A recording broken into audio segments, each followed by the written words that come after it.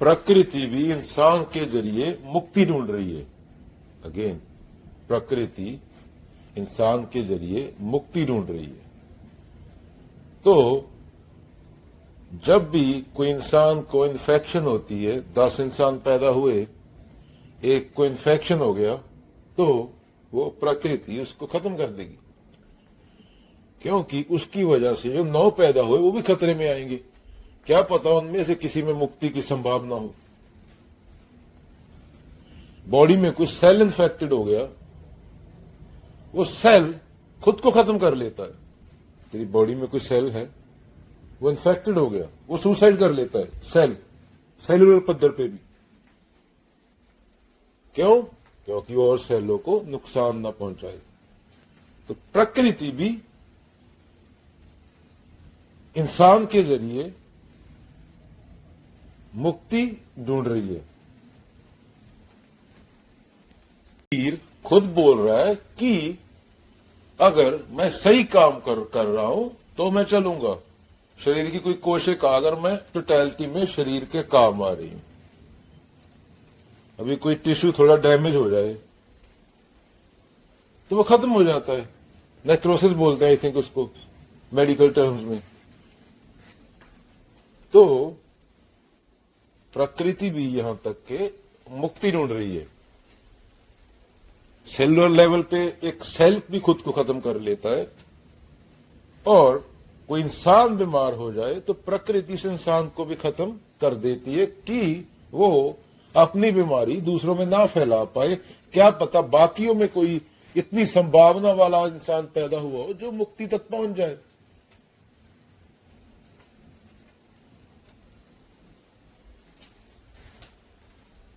तो इंसान की जो चेतना है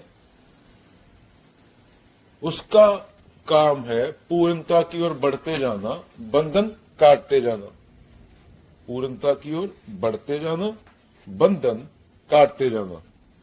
क्योंकि चेतना को पूर्णता, जिसको मुक्ति बोला गया है, वो सत्य के अलावा किसी के पास नहीं मिलेगी। अगर सत्य के अलावा किसी के पास मिलती तो जहां पे सब बुद्ध घूम रहे होते। जीवन का, शरीर का उद्देश्य यही है कि वहां तक पहुंच जाओ यहां पे कोई कष्ट नहीं है। और कष्ट कहां नहीं है? यहां पे जान लिया जाता है आत्मज्ञान द्वारा अहंकार के मैं हूं ही नहीं। आत्मज्ञान द्वारा अहंकार जान लेता है कि मैं हूं ही नहीं। लाश होने से पहले आकाश हो जाओ, ये बोलते हैं। वरना क्या है कबीर का दोहा, जैसे खाल लोहार की सांस लेत बिन प्राण। मुर्दे लोग घूम रहे हैं। जिंदा होने का प्रमाण क्या होता है? सत्य। यहां क्या घूम रहे हैं? मुर्दे। अमेरिका में चला जा, जापान में चला जा, तेरे को बाजार में लाखों मुर्दे मिल जाएंगे। और जब अहंकार खत्म हो जाए, उसी अवस्था को क्या बोला गया? मुक्ति। शरीर मरने का फैसला खुद करता है। जब उसको पता चल जाता है मैं ना खुद के किसी काम का हूं और दूसरों को परेशान कर रहा हूं। जब जैसे सेल डैमेज हो जाए, टिश्यू डैमेज हो जाए, सेल खुद को खत्म कर लेता है, टिश्यू खुद को खत्म कर लेता है। ऐसे ही शरीर है। शरीर जब उसको पता चल जाए कि मैं खुद तो अपनी संभावना तक नहीं पहुंच सकता, अभी संभावना क्या होती है जिंदगी में? सच एक ही होता है। और पूर्णता कहां है, दुख कहां नहीं है, उसको मुक्ति बोला गया। बाकी तू चाहे 1,00,000 औरत घर पे ले आ, मॉडल, तेरा मुंह चाटे, तेरा पिछवाड़ा चाटे, उससे तेरे को पूर्णता नहीं मिलेगी। वरना चंगेज खान पूर्णता ले लिया होता। चंगेज खान बुद्ध होता और बुद्ध चंगेज खान होते अगर ऐसा होता तो। पर बुद्ध थे, चंगेज खान था। तो शरीर खत्म कर लेता है खुद को, सेलुलर पद्धर से लेके शरीर तक व्यक्ति के तल पर, और इसे मृत्यु बोला गया है।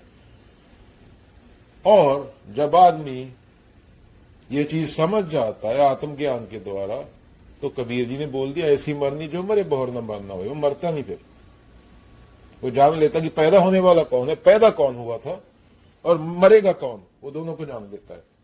और उसके बाद वो दोनों से मुक्त हो जाता है, क्योंकि जो पैदा ही नहीं हुआ, पैदा होने वाले को जान लिया और मरने वाले को मृत्यु जिसकी हो रही है उसको जान लिया, तो कबीर क्या बोलते हैं, ऐसी मरनी जो मरे बहुर न मरना हो। यही बोलते हैं जग की मरनी क्यों मरे, ये पुंडियां घूम रही हैं बार बाजार में, दिन में 100 बार, दिन में 100 बार मरते हैं। सेल्स मल्टीप्लाई भी करती हैं, और सबसे ज्यादा किसमें मल्टीप्लाई करती हैं, नवजात शिशुओं में, छोटे बच्चों में, क्योंकि प्रकृति को उनसे ज्यादा उम्मीद है।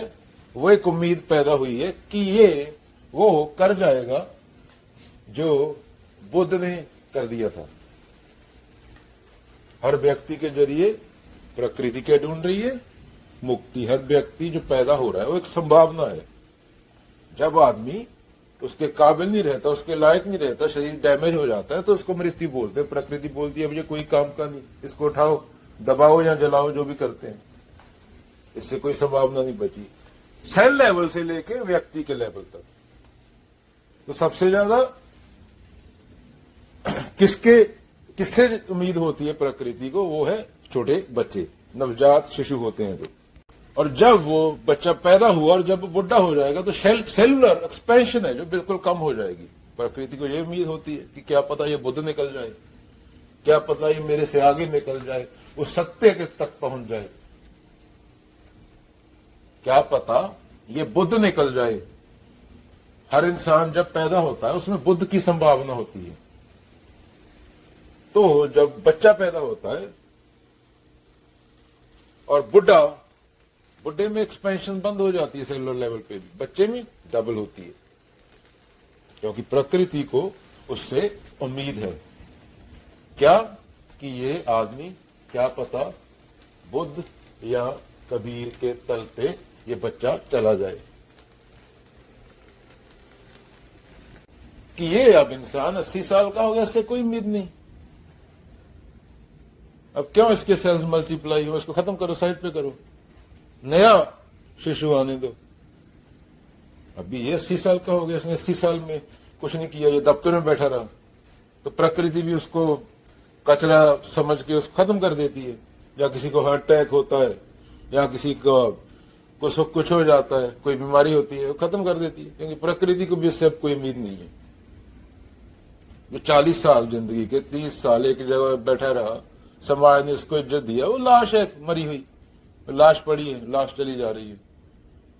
तो प्रकृति को भी उससे कोई उम्मीद नहीं है, उसका सेलुलर लेवल पे भी एक्सपेंशन बंद हो जाता है, बच्चे में ज्यादा होता है।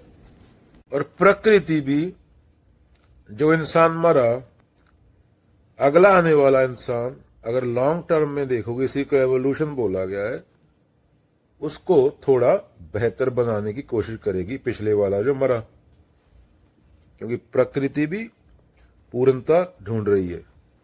तो जो इंसान मरा, जो नेक्स्ट वाला पैदा होगा, उसको थोड़ा बेहतर बनाने की कोशिश करेगी। एवोल्यूशन की पूरी हिस्ट्री देख लो, इंसान की स्टेप बाय स्टेप आगे बढ़ना देख लो, दिमाग बड़े होना, शरीर छोटा होना, ये चीजें तुम्हें मिल जाएंगी, गूगल पे सर्च मारोगे तो।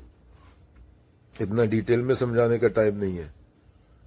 तो जो इंसान अभी खत्म हुआ, जिसकी संभावना भी खत्म हुई, नेक्स्ट वाला उससे बहुत छोटे लेवल पे थोड़ा संभावना, उसमें वो थोड़ा अच्छा बनाएगी प्रकृति, उसको थोड़ा पिछले वाले से अच्छा बनाएगी, क्योंकि प्रकृति भी इंसान के जरिए क्या सीख रही है। यही पूरी एवोल्यूशन थ्योरी है। बंदर थे, गोरिल्ला थे, इंसान आए, होमोसेपियन आए, ये बहुत स्लो प्रोसेस है। और प्रकृति भी मशीन थोड़ी नेक्स्ट बनाती है जो कारगर बनाती है, पर हमें पता नहीं चलता वो। अभी तो ये थोड़ी पता चला कि तेरा शक्ल चेंज हो गया, पर जब तू 10 साल का था, उससे अपनी फोटो देखेगा अभी, और अपनी अभी की फोटो देखेगा, तो तेरे को पता चलेगा 30 साल के अंतराल में 1 मिनट में थोड़ी पता चलेगा, तो हर 2 मिनट में शक्ल जाके देख रहा है कि मेरी शक्ल चेंज हो रही है। हाँ भी 10 साल की फोटो उठा के लाएगा जब तो 10 का था, और अभी एक फोटो खींच के साथ में रखेगा तो पूरा चेंज हो गया, तेरी शक्ल वही नहीं रही, तेरा पूरा शरीर चेंज हो गया। तो ये स्लो प्रोसेस है। और प्रकृति भी जो नेक्स्ट मशीन पैदा करती है उसमें इंटेलेक्चुअल लेवल थोड़ा ज्यादा होता है, इंफॉर्मेशन थोड़ी ज्यादा होती है उसके पास, उसको थोड़ा ज्यादा कारगर बनाने की कोशिश करती है कि वो पूर्णता तक पहुंच जाए। पूर्णता माने मुक्ति, चेतना क्या चाहिए थी? मुक्ति। चेतना किसके साथ फंस गई? शरीर के साथ। और जब प्रकृति को लगता है कि ये किसी काम का नहीं रहा तो उसको मौत बोला गया, तो उसको मौत बोला गया। जब कुदरत को ये लगता है कि ये अब किसी काम का नहीं, इसका शरीर किया इसने, शरीर अभी 80 साल इसने बर्बाद कर दिए, 70 साल बर्बाद कर दिए, तो वो ज्यादा कंसंट्रेट जो नया बच्चा होता है उस पर करती है, क्योंकि उसमें संभावना होती है, उसके पास नया शरीर होता है। तो अगेन सेलुलर लेवल वाली घटना पूरी प्रकृति में है। अगेन जब बॉडी इन्फेक्टेड हो जाती है और लगता है कि ये दूसरों के लिए प्रॉब्लम है, दूसरों को इन्फेक्शन देगी, तो प्रकृति उसको डिस्ट्रॉय कर देती है, खत्म कर देती है। बुढ़ापे के कारण, किसी बीमारी के कारण, कि ये दूसरों की संभावना के लिए ये इंसान खतरा बन रहा है। कई ये होश में करते हैं, आत्माहुति बोलते हैं उसको। जैसे भगत सिंह ने, नेचर में चलता है, भगत सिंह ने दूसरों के लिए बिना वैनिटी के, बिना प्राइड के खुद की बॉडी को दांव पे लगा दिया। ये एक अलग तरह की डेथ है। जब कोई भी स्पीसीज धरती पे ओवर पॉपुलेट हो जाती है तो एक स्पीसीज होती है हमेशा, ये कुदरत का बैलेंस है जो उसको खत्म करे। शेर है तो हिरन भी है। कोशिका बोले तन से, मैं अब न उपकारी, रोग न फैले देह में, करूं आत्म त्याग न्यारी, प्रेम से मरूं सेवा करूं यही जीवन गाथा, जो मिटा वही बचा, जो झुका वही सच्चा।